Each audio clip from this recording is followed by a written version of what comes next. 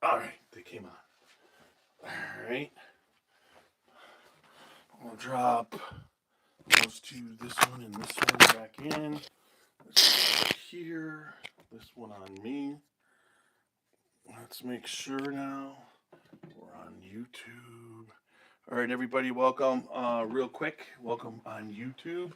Welcome on Facebook. I'm going to just make sure. Let's get that. Since we're there, I'm going to start monitoring comments. There's Scott Barr, Matt Leisen. Awesome. We're starting at 8:30. Everybody knows that. All right. Let's see. We've got to get this out of the way. This has to go. All right. That's out of the way. This is out of the way. Come over here. Am I going to wear these is the question. Got that going. I'll make sure YouTube is working. YouTube. All right, we should be live. All right, I monitor comments on YouTube. Everybody. There we go. This is saying we're live. I'm going there. Let's just make sure. I have to slide over. Just saying we're live. I'm going there. All right, so we got that. All right. I think I got a little bit of, just a little. All right, this will go up here. Quickly give out the welcome. Welcome everybody to our podcast. Let us know what you're sipping on and where you're from. And if you're looking forward to tonight's podcast, make sure you leave a super chat.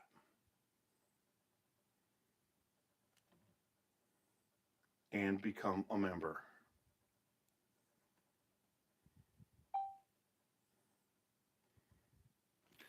There we go. I'm sure that's going to be out. I'm looking at it. I'm watching it. There we go. All right. We will be starting at 8:30. Our guest is going to... Okay, so real quick. Our sponsors are the Spirit of French Lick in French Lick, Indiana. You got to check them out. This here is the Barrel Strength Lillian Sinclair, Alan Bishop's actual, that is his passion project. You got Whiskey Thief Distilling Company in Frankfurt and in Louisville in the New Louisville area at their tasting room. But their Three Boys Farm Distillery, there's nothing like it. Make sure you stop by. It's a barrel pick all day, every day. Everything is just like the Scotchy Bourbon Boys, uncut and unfiltered. And then we have the Middle West Spirits in Columbus, Ohio. They just finished their 72. They're coming up in March. This will be 2 years of distilling at their 72,000 square foot brand new. Nothing ever seen like it in Ohio distillery. The Michelob brand is fantastic. Cask strengths on the shelf. The wheat whiskey, the wheated 4-grain bourbon, and your pumpernickel rye, all fantastic. Check them out. And then we have Midwest Spirits, Whiskey Thief from Old Louisville. The Old Louisville Whiskey Company is our barrel bottle breakdown. We don't have one, but you got to stop in and see Amin there. And then also, so make sure that you check that out. And we have, I believe he's coming in. Brian should be coming in. Let's see. There you are. Do you hear me? You just fine. How about myself? Yep, you're in there. You're here. What have I got myself into? What have you got yourself into? And you did get yourself into it, right? I did. I'm just going to finish up I was just running through the sponsors. The last sponsor is Alan Bishop.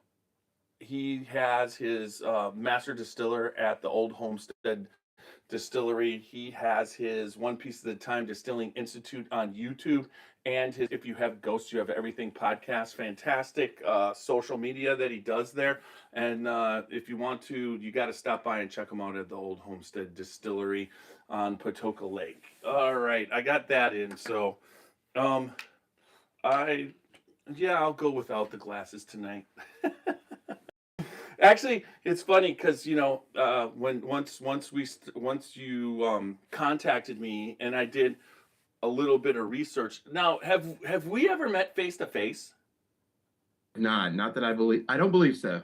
Right, because we both look like whiskey guys. Guilty. Yeah, so everybody, we'll start recording at 8:15. I'll just quick go over a little bit of like the format. Once we get going, what this is like the pre-podcast. I usually a lot of you see how a lot of people deal with it. I just deal with it by going live early, and then everybody could see all the messed up stuff that happens to get a podcast ready. But at 8:30, that's when we'll start recording the podcast, the audio podcast, and it usually has let's see, a 15. It's about a 30-second spot that we can't hear that's being recorded into the audio directly, and then I start our theme song, and right after, whoop, there you go. Right after that, it will that's like the theme song leads into the podcast. Now at the end we have another theme song that's done by AI, which is, I like it, some people don't, but once we finish up that, we do bring in people for questions. So we still have about 10 minutes. The question is, how do you want this podcast to go tonight? I mean, just I'll leave that up to you. Which directions you want to? I've got questions and stuff like that lined up and kind of an outline. But is there anything specifically you want to cover? No, just cover the passions: whiskey, golf, cigars. So sums it up. Where are you out of? I'm based out of Charlottesville, Virginia. Okay, yeah, I just passed through there on my way home from Florida. Okay. So right. I was a college golf coach for 12 years here at the University of Virginia. When I got out of college coaching, my wife loved the town so much she didn't want to leave, so we just stuck around. Okay, and then as far as what your passion is, golf, obviously, and it's something that you're pushing for the whiskey and the cigars. Now, so quickly, how do you handle the social media when you talk about cigars? Obviously, do you actually smoke online, or do you like just talk about the passion? Because like YouTube and some of the other things, they like frown on cigars. Yeah, so a lot of the time with the cigar content, it would be so I have YouTube, but I also have a private storage unit. So a lot of our cigar stuff we just put kind of in system. That way, it's done by me, owned by me, on my server. I don't have any of those constraints. We do a podcast where we do whiskey and cigars together, and YouTube tags the shit out of it all the time, but we don't care. Yeah. We don't care. It's fine. But really, kind of what it was based after is a few years ago, I was in Ireland doing a golf. I was teaching some golf in Ireland, terrible place to be. We had a bunch of people that we were teaching in a little pub after our lesson, and I'm sitting there with an Irish golf coach, and I'm like, why the hell are we not doing this? He's like, what? I said, this. We're teaching golf, playing golf, hitting the pub, enjoying good whiskey. Like, why is this not, like, why are we not doing this for a living? And that was kind of the genesis of Golf Cask.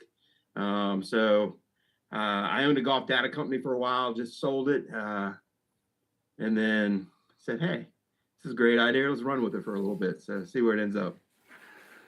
Yeah, it is unique, an idea. It's a niche that at the moment I would say you're kind of the one covering it, right? That's me. I'm either brilliant or crazy as shit. I'm sorry. It's crazy as heck. It's okay. Oh, we're on a whiskey podcast, and we, as long as we don't say the F word in the first 8 minutes, and I think I've been on since, we're out of the 8 minutes already. So I'm pretty good at that one, Slip, but it won't happen again. No, it can. You just as long as we don't say we're past the 8 minutes, so you can say whatever it is. It's just good. We just F word. I don't throw that one out very often. But we just pretty much hang out. Let's see, we got we're live on YouTube, we're live on Facebook. We're, like I said, we'll get it started in about at 8:30. It's 8:20. But it's good to know a little bit about your background, and it's kind of like it sounded. It's the same thing how we did this, kind of got together based off of whiskey, not just bourbon. And then being in Ohio, we're just a little bit more, what would you say, bourbon heavy. But we're started the month of March, and I know that I believe your current um, podcast off of pot still, and it's based off of Irish pot still, right?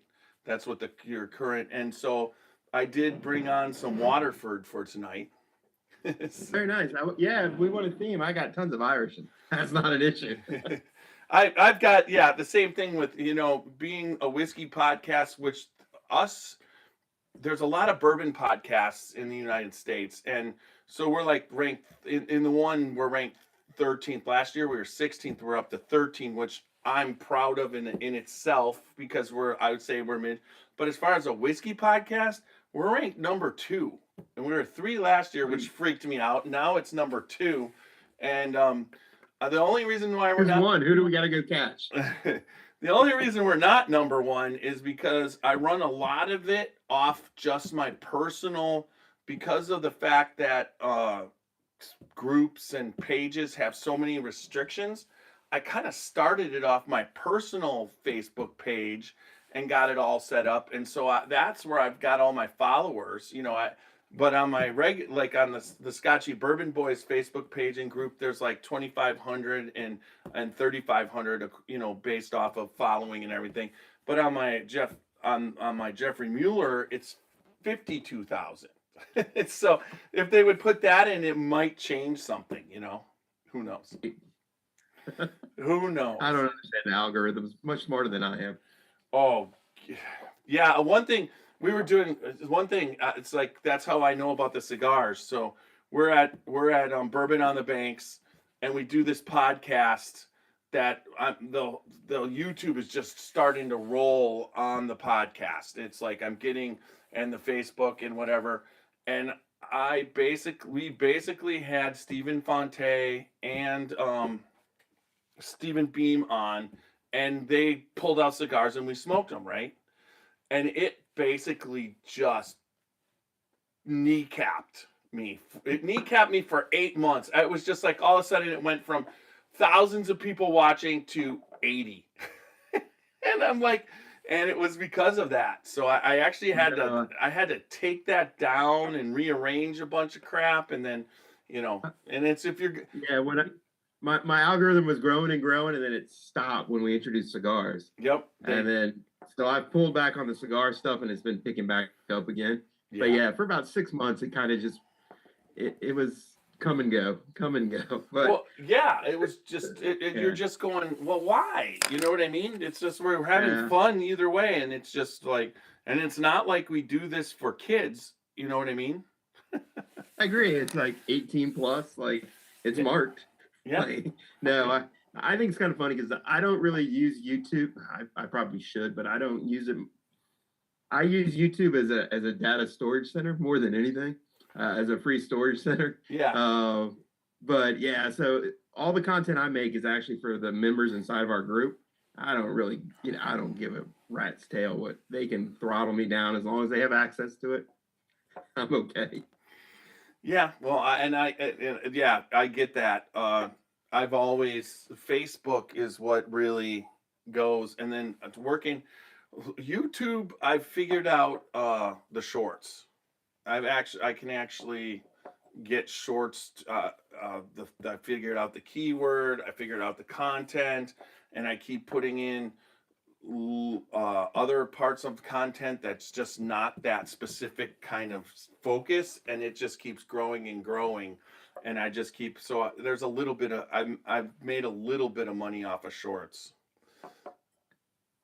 Same thing on Facebook with the reels, but I really made, which was crazy last quarter.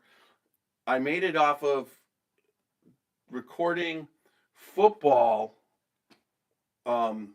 bad plays in the playoffs. Like I was watching the playoffs and there was just all this, all these bad calls and everything. So I recorded one and I put it up there and I asked a question and all of a sudden I think it went to 1.9 million in like 3 hours. It's like, okay. And Facebook's like, I do other posts. Some of my posts on Facebook is like, yeah, 4,000 people watched it and it's 38 cents. You know what I mean? That kind of thing, which I'm happy with 4,000 people. Okay. But this was 1.7 million and it's like $378. I'm like, I got to do more of that. Who said watching football wouldn't pay off? Yeah. And it's just like, and then I'm like, and they're letting me do it and it's not copyrighted. It passed the copyright scan and I'm like, well, that is interesting. So yeah, that's a lot. Well, I think if you comment on, I don't know the rules, but if you're commenting on something, the rules are different on fair use. I don't know. Whatever. I always watch the thing and they talk about if you want to use any of this content, you have to write the NFL's written consent. That's what I grew up on. And it's just like all of a sudden. I've heard that since I was 3. Yeah, exactly. And then all of a sudden I'm like, really? This is what we can do? That's right.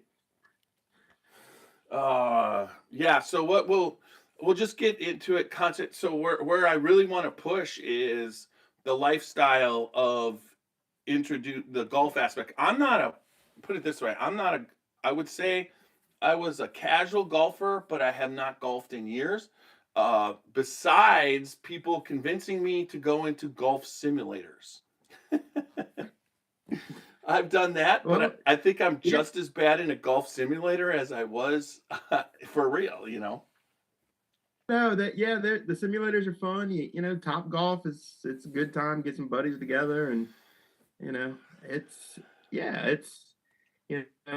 it's an avenue if you like golf to be able to play. Especially, I know Ohio, your winters are lovely, so it's definitely a good chance to be able to play. Yeah, in Ohio, there's no doubt about it. The place that I was a couple times, they were like, "Well, do you want to do the simulator?" And I'm like, "Sure." At the Trail Hotel in Bardstown, they have like amazing amenities, like hydration, next day hydration stations where you go and you do the hot, cold, the ice thing and just get you hydrated so that you can get back out on the trail and drink more bourbon. I mean, most people go through that to feel good so that they can exercise and go out their day. They've got it there so that you can drink more. We call that the Fat Man Olympics. Yes. Yeah. So, they have it there. So I've tried it there a couple times, and I think it was 8 degrees when I was there, which I couldn't believe. This year, everybody's getting it pretty hard. Yeah, we had a tough winter we had about a 3-week stretch. We didn't get above like 20 degrees, 15 degrees, and that is not normal for us. All right. So once we get it going,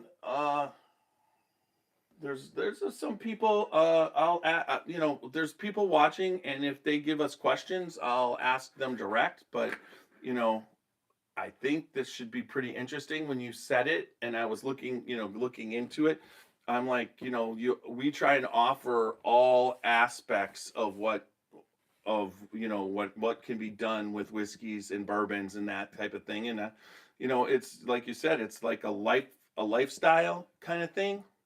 And so we'll get into that. All right. All right. Let me go grab an Irish bottle hill real quick. Okay.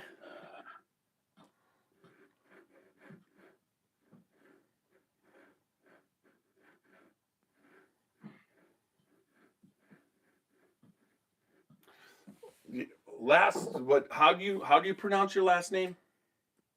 Bailie. Bailie. Okay. Yeah, it's weird. Hey, it's weird. You would be surprised what Meta was coming up with. I can imagine. All I right. love AI because when it starts to hallucinate and make shit, it's so much fun. Like I put in something the other day and it came back with this entire and I was like, yeah, this is not real. And it's like, no, it wasn't, but we No, like, no. no, I it's mean, not. to use AI properly, you actually have to know somewhat of what you're researching. You because there's times where it will like tell you that it's a 7 year and it's got this mash bill, and I'm like, okay, it's a Buffalo It Trace doesn't. product, so no, it's not. I know what it is, and it definitely is not that mash bill. You know what I mean? And then they're like, oh, Buffalo Trace has they don't actually have the actual mash bills, and then you know what I mean. You make it, I like make it work. That's right. Yeah, Aged I agree. 11 years. No. No, exactly. It's just like you're right. They if you don't know what you're doing, you could get in a lot of trouble. That's right. Oh, but it's fun to make it have it tell you all about yourself. You say you Yes. put it out there with that, and all of a sudden it comes back with like the best bio of yourself ever, and you're like, well, yeah, I would not have ever thought of it being that good, but I'll go with that. Right. All right, so we're gonna get the start recording going, and everybody, there'll be a brief moment while the ad plays, and then which you all won't be able to hear, but they'll if you want to, if anybody wants to hear any of the ads, just when I load it, you can go to Apple iHeart and listen to them because tomorrow it'll be loaded up on the internet. All right, here we go. I'm gonna start the countdown.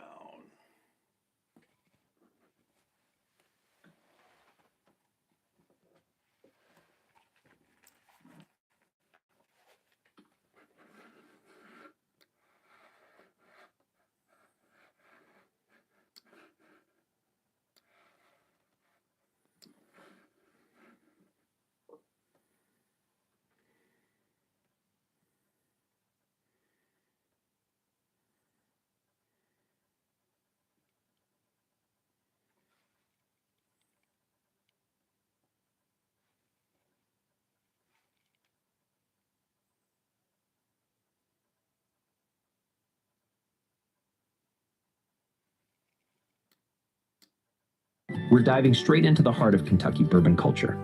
Let's get started.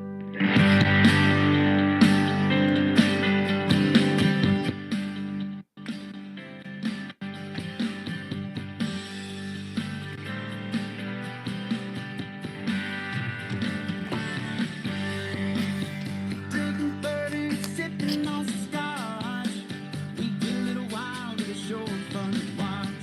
We love what we do, we're drinking every brew.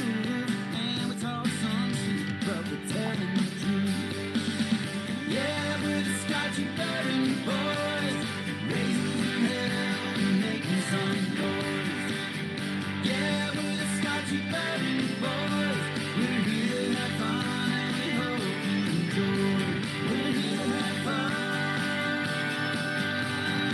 Yeah.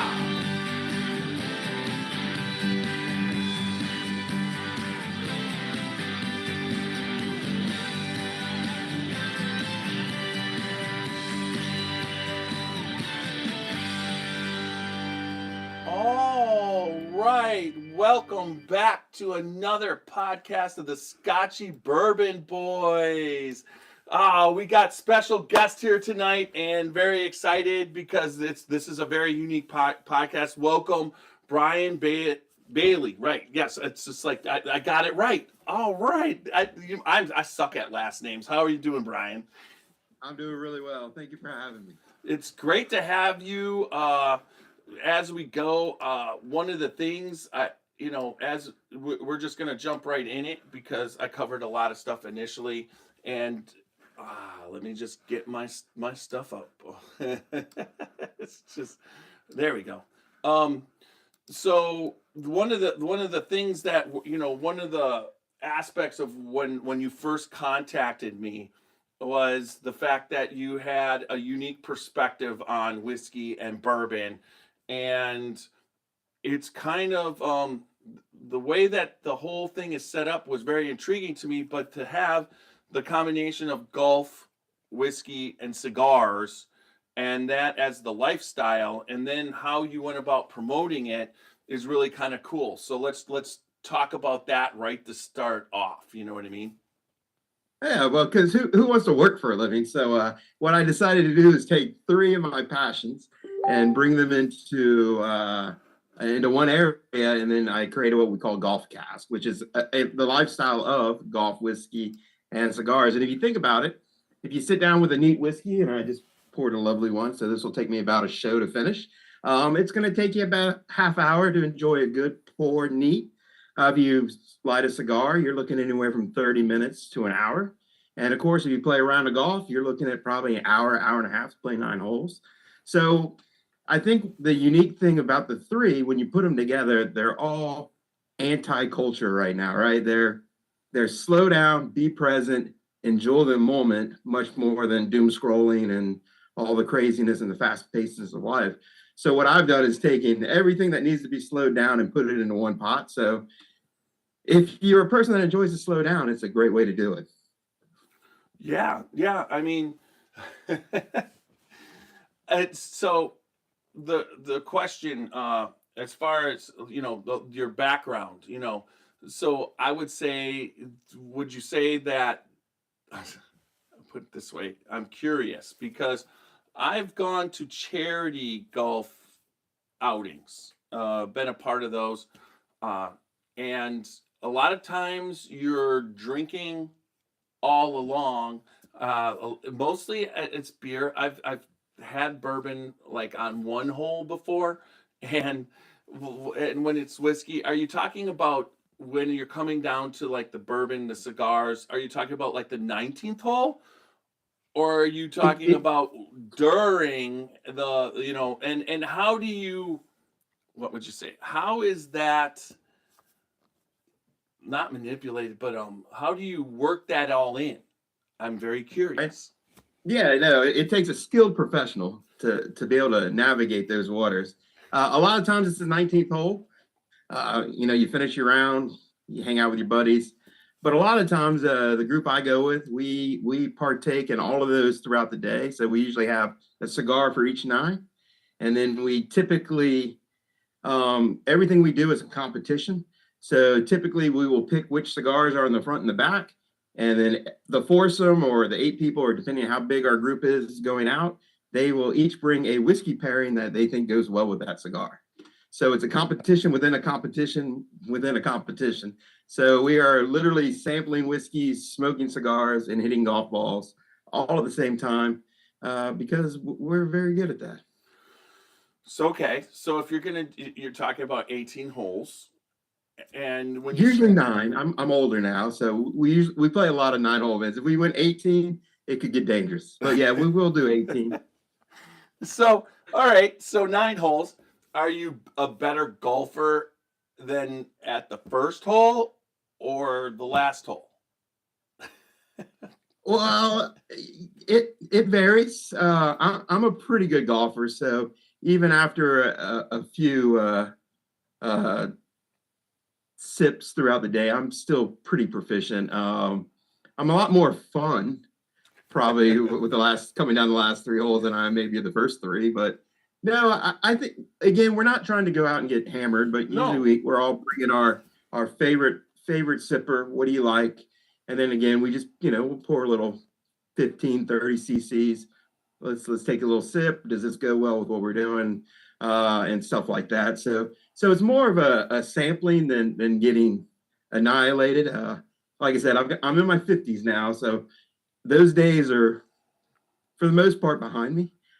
So we try to slow it down and not go over the top, but we do enjoy a fine pour on a beautiful golf course, and it just enhances the atmosphere. Okay, so now have you taken? Okay, so obviously the golf course, you've got your friends and your local golf. Do you guys travel and do different courses? We do. We're just starting right now something we call whiskey golf trails. So we start with a stick. So we pick a cigar. From the cigar, we will pair it to a whiskey. And then once we have the whiskey paired, then we think about what golf course would go with said whiskey. So we start with a cigar and it ends up all the way to the golf course. And that is our venture outwards. So we call them whiskey golf trails. So we started those, and those are a lot of fun. So it, like I said, everything's with purpose on what we're trying to do. And then of course we hit the golf course, and we hit good golf courses. So, playable, but, not pretentious, stuck up golf courses, which, a lot of people think of golf. So we find places that are a little more fun, maybe a little more laid back, but yeah, definitely. We definitely try to pair all three to the experience. Okay. So like you're based off of the reading or having you read some of the magazine or the podcasts, it's kind of like when it comes to your whiskey, you talk about all different types. So what is your go or your favorite that you like when you're golfing? What do you prefer? I mean, because honestly, when you're talking about Scotch or Irish whiskeys, and you're talking about that barley, there's an aspect of how those affect you and go with cigars, opposed to bourbon, which can affect you differently. And what's your go-to when it comes to that? I'm a rye guy. I love rye. Like, I love a good rye. Okay.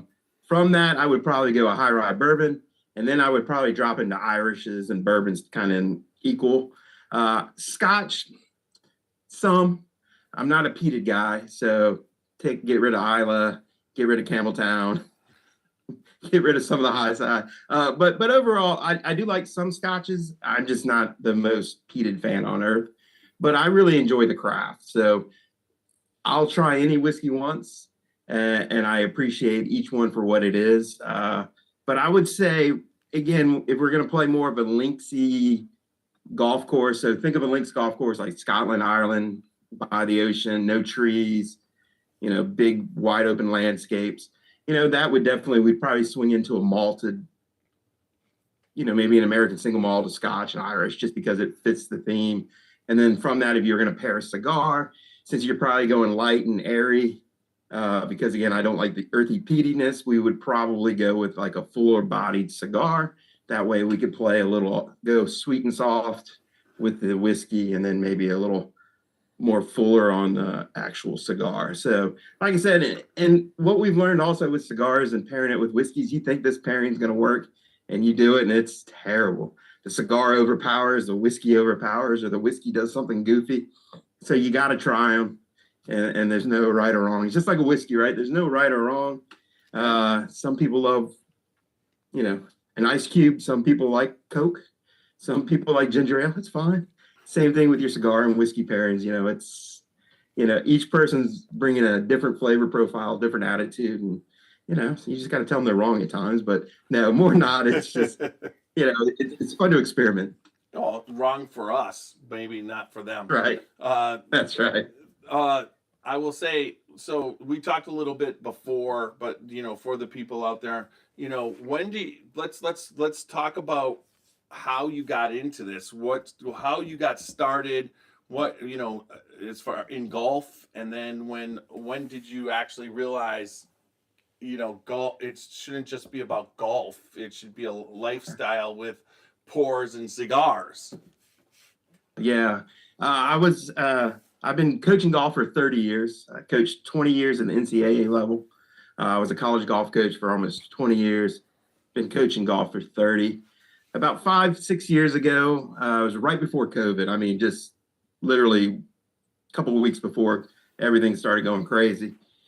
I was in Ireland. I was teaching. Wonderful day out at a beautiful golf course. We go to the pub with all the guys that we were teaching and playing with.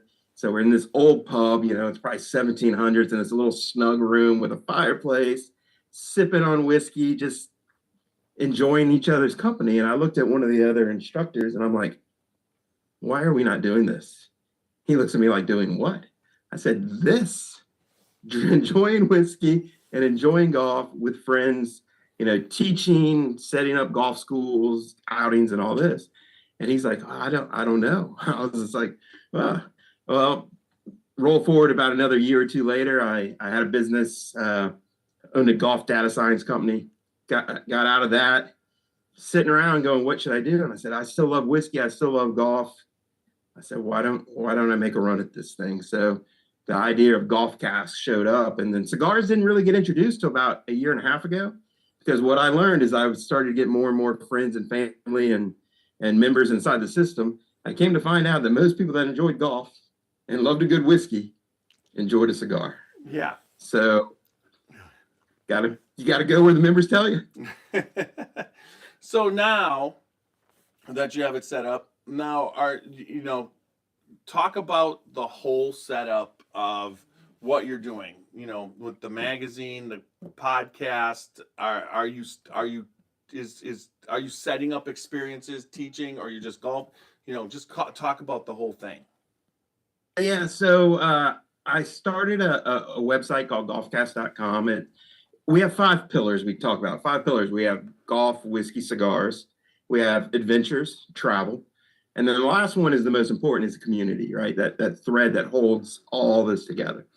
So really what we're trying to build is an online community, and we say, what's your ratio, right? So we have some guys in there that only like cigars. It's fine. You're 100% cigars, 0% everything else.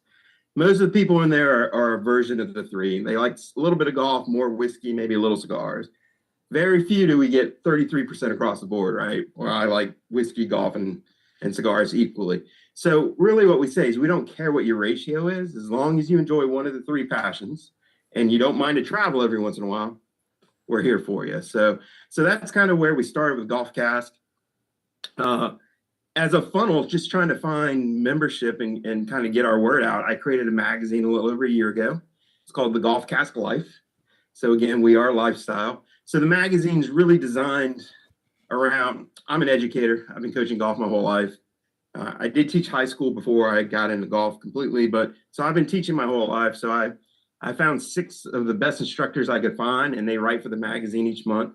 I have about 3 or 4 distillers that kind of rotate and talk on whiskey, and then I usually do a piece or 2 on that.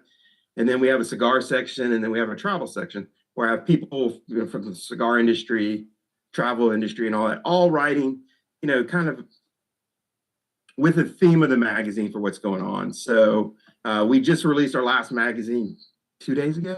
Today's the 3rd, yeah. So on March 1st, our last magazine went out. It's the first rounds of spring. So it's really kind of, rounds as in golf rounds also as in you're sitting in a bar with some buddies. Whose round is it? So that was the kind of the theme of this month. And again, it's highlighting the lifestyle and the passions that we really enjoy. And when I first started, I was like, I don't know. I didn't understand magazines. I know nothing about magazines. Reached out to a couple of companies, said, hey, do you want to advertise? Clueless, right? And one guy goes, yeah. I actually wrote one company, a distiller, and said, hey, I would love to interview you and put you in our magazine. He goes, well, send me your costs, blah, blah, blah. He had this huge word for it. And I'm sitting there with a buddy, and I cover the phone up. I'm like, what is this? He's like, I don't know. I didn't know that magazines charge you for featured articles. I was like, I thought they were just doing it out of the goodness of their heart. But that shows you how bad of a businessman I am. I'm a really good golf instructor, terrible business owner.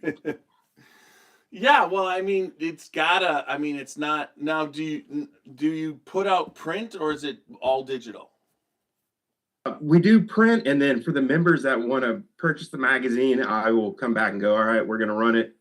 How many people want to do it? And then I come up with a price tag, and we run copies for the members.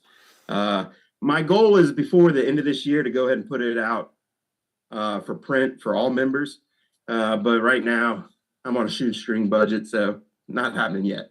Okay, but you are producing it that way somewhat. And so, honestly, it sounds like a lot. As my wife says, I do nothing small. When the first magazine came out, it came out at 102 pages. A couple of the friends that wrote for me, because golf pros, I'm just been good friends with for decades, and they were like, yeah, I would love to help and whatnot. And then I sent them the copy right before, and they're like, oh, They're like, I thought they were thinking maybe it's like a 20-page like manual or whatever, and they're just like, oh, it is a magazine. I was like, yeah. I said, I'm not doing this. But to me, it's not bad. I actually enjoy it. It's fun because I get to read original content. I get to do the layout, move pictures around, and all that. I actually kind of enjoy it. I guess I'm a little of a nerd, but yeah, it's not bad. Not nearly as time consuming as people think. Well, I have an advertising background, so created a lot of ads for magazines and understand how everything's a lot easier. I don't know.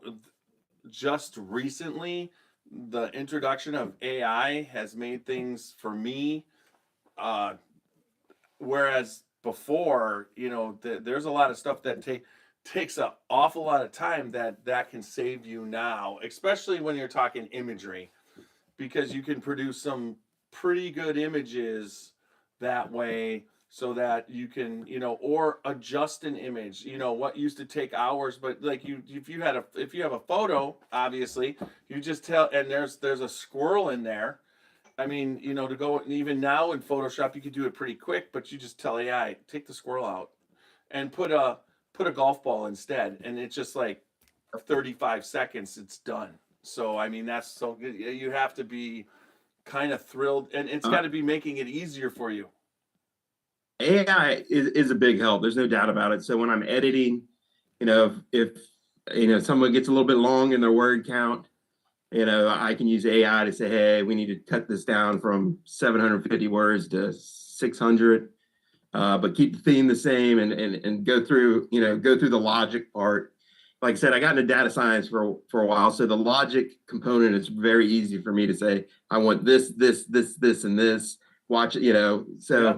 If you can think logically and go into AI is disproportionately easier to use. If you go in there and they're vague in general, that's where you get the person with 3 legs out of their head and, a fish for their nose. So, so I've learned to be very, very logical and everything. And I have to say, AI is my assistant. It helps me greatly. Well, yeah, the same here. I've ever since I've been able to, probably since probably mid time last year is when everything started, and it just keeps getting better. I mean, but ever since that's happened, we've had like a 25% uptick in everything because of the fact that I'm able to do thumbnails with type banner, and it used to take me hours to produce those and put the type in how I wanted and put it, and I'd send it to one computer where I have Photoshop, and I'd do everything, and I'd whatever and make this thing, and it wasn't, it took an hour and a half each time, which I was fine. I had it down, but now I just basically say what I want, and usually the image it comes up with, like for our image, I'm like, use a flag banner and say this, and it was like the first time it happened, I was like, yep, that took, and it took, I did it in a minute, and it was done, and just like it does help out so much. There's no doubt. I wish, you know what? We need to figure out how to get AI to make sure it's monitoring our intake so that if we're starting to over intake on the whiskey, it lets us know that we're, that's not the right ratio. Right, that's right. I think that's called my wife. She's my AI that keeps me straight on that. She's like, I think you've had enough tonight. Okay. Yeah, the same thing. And I was at, when you were talking about the 9 holes and how it starts off and how it ends, it's the same thing with the podcast. For me, there's a point where I've had enough where it gets really good because I'm no longer in my own head. I'm just talking, kind of thing. And I can kind of naturally do everything. And then it's like, well, this is working so good. I might try to keep it going. And then there's that right. point, especially if our podcast, like a lot of times when we have people on and we go a little bit too far, the next morning I'm just like, I need to get off this quicker because the podcast was great, but the after the postcast, that was and we like to stay on YouTube and Facebook longer because it's people don't realize I have people say, well, sometimes I try and get the audio podcast right around 45 minutes to an hour. That's what sometimes it's gone longer, but if I have a guest who's just talking and it just goes, I'll go with it. I just kind of roll. But overall, that's fine for the audio because that's right in the sweet spot. But for Facebook and YouTube, the longer you're on, the more people that are going to see you. And it's all about seeing and recognition and then seeing the sponsors bottles and everything like that. And so it's like playing video games. The video gamers, they just get on and they go on for 8 straight hours streaming, and that's how they make it because they're streaming and for 8 hours, and that's how people are on at different times. It's how you really build the channel. Well, you can do that with whiskey, except for the fact that the longer you're on, the more careful you have to be, right? I'd say 8 hours of whiskey. That would be the after party. Well, after dark after party. I mean, you guys got to figure out. You have to have me down, and we'll stream the whole 9 holes. Good. I mean, if we'll do it. No problem there. Stream it. You know what I mean? We'll get everybody interested in the round of golf. You know what I mean? And we'll just do and highlight each hole with the different pour or something like that. I'm in, and my son is 18, and he can be our designated driver. It's perfect. There you go. No, it's fun. I mean, the funny part is if you look at whiskey, golf, very Western culture, really, right? Very Westernish. So the funny thing is golf has had its ups and downs. Whiskey has had its ups and downs, and it's kind of, I don't know, it's maybe starting to trend in a downward direction right now. Where golf was dying, and then COVID came along and golf just went through the roof, and it's still flying right now compared to what it used to be. So it's really funny. The whiskey and the golf, they tend to kind of trend with each other. So the funny thing is those two really, again, they're very European in culture. It's kind of what it is, and they really run together a lot. They've crashed at the same times. They've raised at the same time. It's pretty crazy. The more research and the more I've read into it, it's funny how the two kind of mirror each other.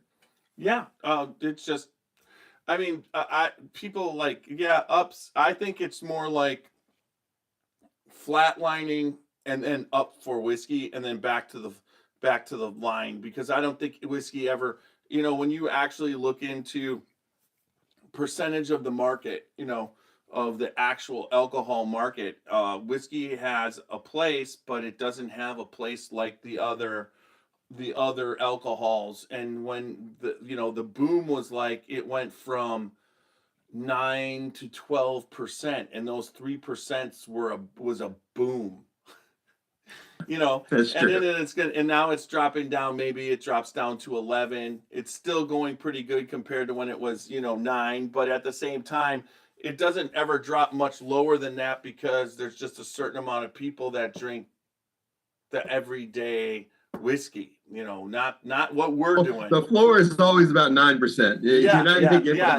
And then we're just and then to explain it to the people, the people who love to chase the allocated and the people who like the finer whiskeys, they don't realize when they're always questioning the distillery and why they're doing this and that.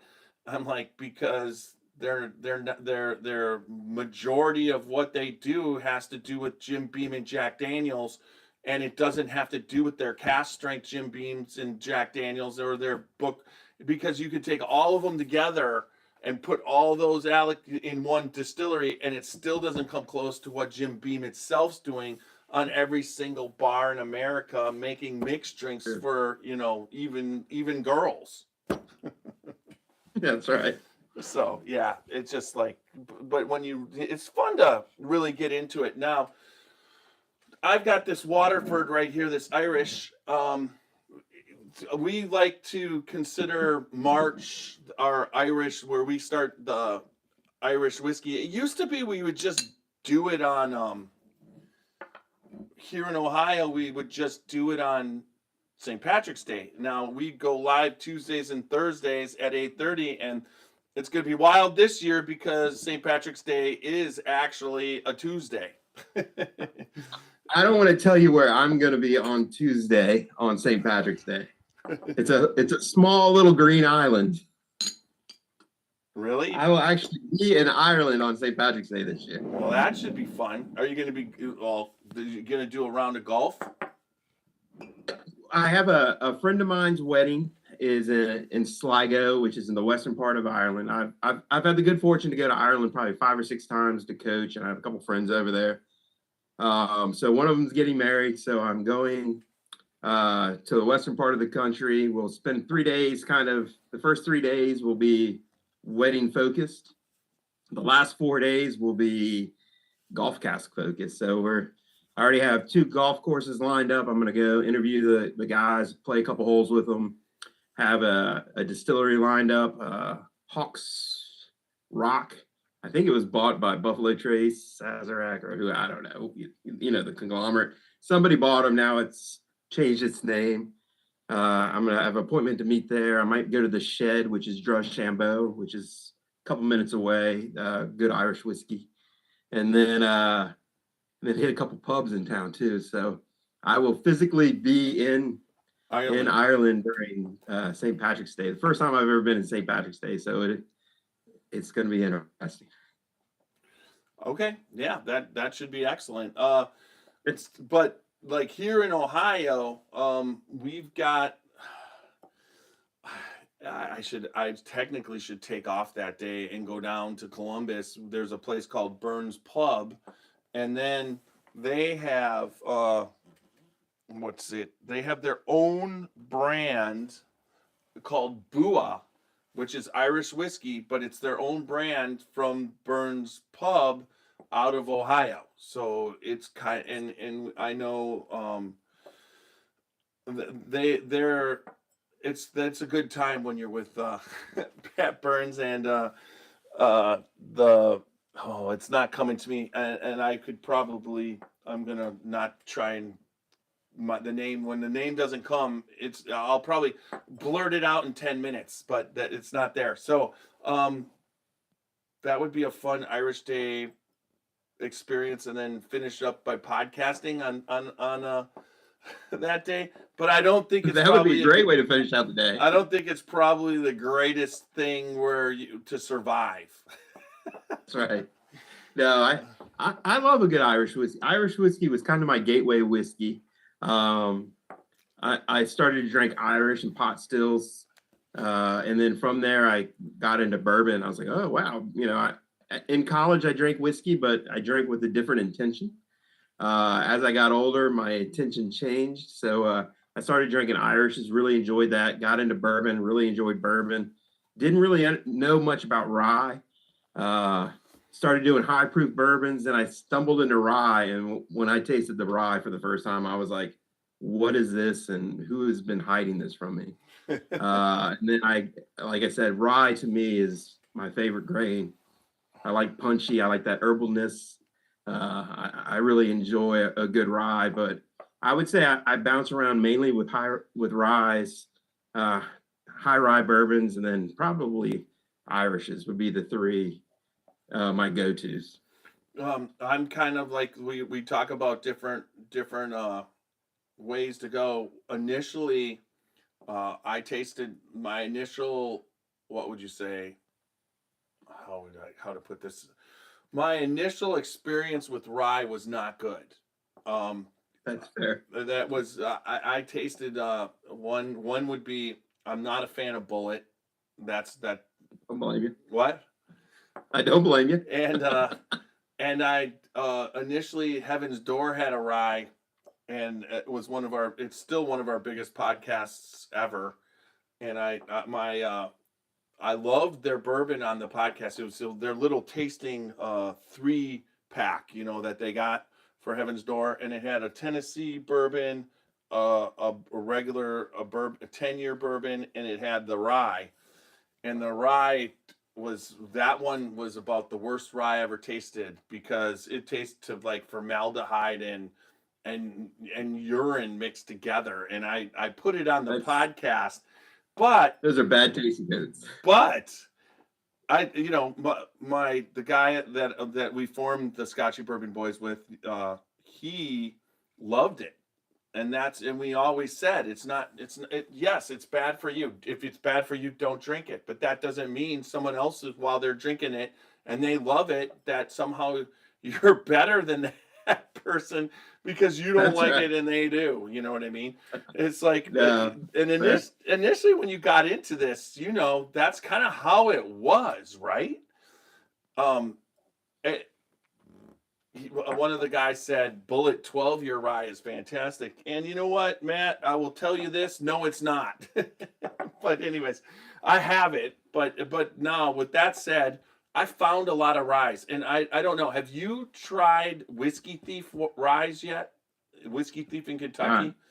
If you can get your hand on a Whiskey Thief rye, you want to do it. They do single barrels, but I can't find a bad rye there. And they had this one called Mayday Rye, which was a hazmat at 141, but it was like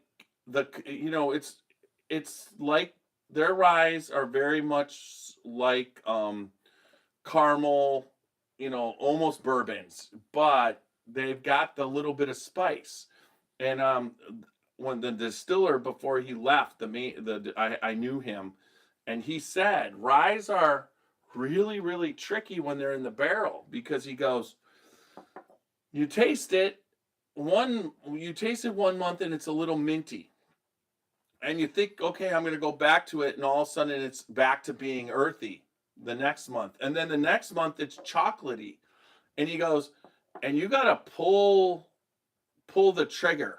You know what I mean? He said, you got to pull the trigger on ryes, because, and you got to get it in, you got to pull the trigger and get it in the bottle almost instantly, because otherwise it could change by the time you bottle it, and that's not good. No. Yeah. From my understanding, ryes are hard in the still, hard in the barrel. And that's why a lot of companies don't like to do ryes, because they're very temperamental. I would say I'm not a huge Canadian whiskey fan. There's some good Canadian whiskeys I do enjoy, but I think it's Alberta Premier. Right. Their rye is spectacular. I mean, it is a well-crafted rye. And here in the Mid-Atlantic, of course, we have Maryland, Virginia, Pennsylvania, kind of the home of rye whiskey. So there's some really, really good do you get craft distillers here. have you had the Mount Vernon? You like Overpriced. what? Overpriced. It's good. Overpriced. It's good. But overpriced. I don't know, because I know what it takes to make that. It's not easy. I'm not saying that. But how he makes that, like they do, that fair. George Washington made it. When you're talking about grinding on the original millstone to grind up the stuff, and then I know Alan Bishop really well. He was on our last podcast, and he was up there distilling with the team. Steve Bashore and him were all up there, and they were doing and laying down some ryes, and they were being very specific to corn strains and wheat strains and everything, and so they had the mash bill perfect, and they made it, but Alan was talking about it. It was cold out, and they were trying to keep the because you're doing a wood fire, you're using logs to keep the still hot. And he goes, it's so tricky. And so he goes, every night they would finish, 6 o'clock, 6:30. He goes, they ate dinner, and instead of sitting around whatever, he was asleep every night, he said, because it just absolutely kicked his ass. Yeah, no, that's fair. No, if you can go tour it, it's beautiful. I mean, it's a cool story. It's cool, but it's a good whiskey. But I understand the hard work, but by taste, you can find very good whiskeys at a value. I would agree with you there as far as taste, because people can make it so much more efficient than that. You know what I mean? and you no longer can have slaves, so you got to do the work. You know, it's just Oh, it's yeah, no, it's a cool thing. And like I said, the state of Virginia is kind of cool because if you really think about the state of Virginia, we were West Virginia, we were Kentucky, a lot of that. So I think a lot of that, you know, again, there's some really cool craft distillers in our state as well. There's a couple just rye where they do 100% rye and stuff. And that's the other tricky part about rye whiskey, right? By rule, 51% of it has to be rye. Well, that means 49% of it could be corn. So it could be a rye whiskey, but it's got, you know, the backbone of a lot of corn as well. But yeah, no, I think Leopold Brothers out of Colorado, they make a really good bourbon that's high rye that you get that mintiness from, which is a little unique. have you had yeah, no, that combination between I believe it was the Leopold, the 3-pot, and was it Dickel? It was Dickel, and have you tried that? that's very good as well. I agree. And then you have the the Bowman, the Sazerac brand behind you, which it makes sense. And I will say that honestly, that is. Have you been to that distillery? Yeah, it's in Fredericksburg. It's about an hour and 10 minutes from now. So I've been there once or twice. Yeah, it's just like that. I want to get there. So now that you're there, now I know where you are. So Now we're gonna see. Look, we are literally creating our whiskey trail. We've already got golf covered. We've now discovered what whiskey we're gonna do. I know a really good pub bar downtown Fredericksburg. So pretty much we're just gonna have to figure out a cigar. We got the weekend done. I can bring the cigar. I've got the weekend's done. Those Rocky. So I picked up. I saw that you did a Yellowstone video. I watched that because I wasn't sure initially when we were talking. I'm like, he did the single malt, and I was looking. I'm like, how does he do the review? And then all of a sudden I started looking, and you do it, and then I was like happy about that. But I've got the Yellowstone Rocky Patels, the ones they got Rocky Patel. They went down, they gave them a Yellowstone barrel, used barrels, and then they aged all of the leaves, the fill, the wrapper, all in the Yellowstone barrel, and then they made cigars specifically for them. So I've got those, and Cool. it's fantastic. It's a fantastic cigar. So Super Nash, who is part of the podcast, who's cutting down on cigars because he just had a heart procedure and everything. And when we first started out, he's like me, maybe get together. Maybe I had initially 2-3 cigars a year, like special occasions, enjoy it, sit. There wasn't a lot of times. And then once we got into it, went to like 6-7 times. Like if we're at festivals, we'll have one, or if we're with somebody special, we have one. And he kind of he got to 2 a day, and so he was like, and I'm just like, and then all of a sudden his heart was doing things, and I'm like, the difference between we've known each other for 7 years, and we're like brothers. I said, want to know what the difference on your heart is last year? I'm like, 2 cigars a day, maybe cut down a little. But anyway, yeah, just a little. But anyways, he really enjoys cigars. But it's, what is it? League of Prevera? Is that it? Prevera. Yeah, very good. Yes. Except I can't do them. If I'm gonna do one of those, I have to basically like a quarter of it. Because if I've smoked the whole thing, and I came out of it like hallucinating. No, cigars are like whiskey, right? Everyone has a size, shape, flavor, profile that they like, and it, that's the cool thing about cigars too. With whiskey is there's so many variants, and you could even do a Robusto, which is like 5 inches long, and then do a Toro that's 6, change the ring size. Everything else is the exact same. They've just changed the length and the ring size, and it completely tastes different. Yes, and You know, and that would be, yeah, and, that would be your whiskey, right? That would be, cask strength versus special batching versus their typical what they're selling at the ABC store. So, it's all the same. It's all the same juice. It just tastes a little bit different. So cigars are the same way. There's no right or wrong. There's not how many you smoke. It's it's what you want to make out of it. or how you can survive.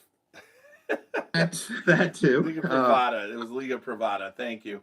But he'll smoke that, and he's like, yeah. So I have a collection. I've got a humidor. I've got a traveling humidor. The whole thing. Also, the tube for the one cigar tube, which it's great. A cigar tube humidor for golfing, right? You've got the one you're gonna smoke to start, and then you got the other one that's perfectly conditioned for the afterwards, right? Right. So here I'm gonna give you like a quick, fast question, all right? Because I thought this would be fun. Okay. Okay. So these are quick. Just let me know what you think. What makes the perfect 19th hole pour? The friends around you. Okay. And then whatever in your glass. Is bourbon Whatever's in your glass, because it's the experience. All of it is the experience, right? I can have a pappy with people I hate, and it's still good, but it's not gonna be great. Or I could have Evan Williams Ballin Bonded with 6 buddies I haven't seen in a while, and we lose track of time, and it's the best whiskey I've ever had. Yeah, it's definitely, there's no doubt that who you're with and who you're spending time with makes the difference. So like if you're having if you're having having the 19th hole pour with Tiger Woods. Are we doing that at the Waffle House? Wherever, man. Yeah. So there you go. Okay. So is bourbon overtaking Scotch in golf culture or no? I would say in the States, I think